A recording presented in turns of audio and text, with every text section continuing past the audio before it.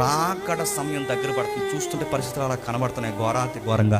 ఈ పరిస్థితులు చూస్తుంటే మన తరంలోనే రాకడ జరిగిపోయేలా ఉంది. నేను మిమ్మల్ని భయపెట్టాను, నేను చెప్పలేదు, ఒక మాట అది చెప్తాను. మీరు ఇంకా బాప్టిజం లేకుండా మీరు ధీమాగా ఇక్కడ కూర్చొని ఉంటే, మళ్ళీ చెప్తాను, రాకడలో మీకు దిక్కు దివాణం లేకుండా అయిపోతారు. గుర్తుపెట్టుకోండి. ఆ రోజు వాళ్ళు బతికారంటే గొర్రె పిల్ల మాంసాన్ని తిన్నారు, రక్తాన్ని పూసుకుని నిలబడ్డారు. ఇప్పుడే రాకడ ఇలా జరిగిపోతే మిమ్మల్ని ఏది కాపాడుతుంది చెప్పండి? ఎవడైతే ప్రభు రొట్టెను తింటున్నాడో, ఎవడైతే ద్రాక్షరసం తీసుకుంటాడో వాడే బతుకుతాడు. మరి ఈ బాప్టిజాలు లేని వాళ్ళందరూ ఏమవుతారు? వీళ్ళందరికీ ఆ రోజు బడిద పూజ కార్యక్రమం ఉంటుంది. గుర్తుపెట్టి నేను భయపెట్టాను చెప్పట్లేదు. ఇంకా మీకు ధీమా పొద్దు ఏంటి?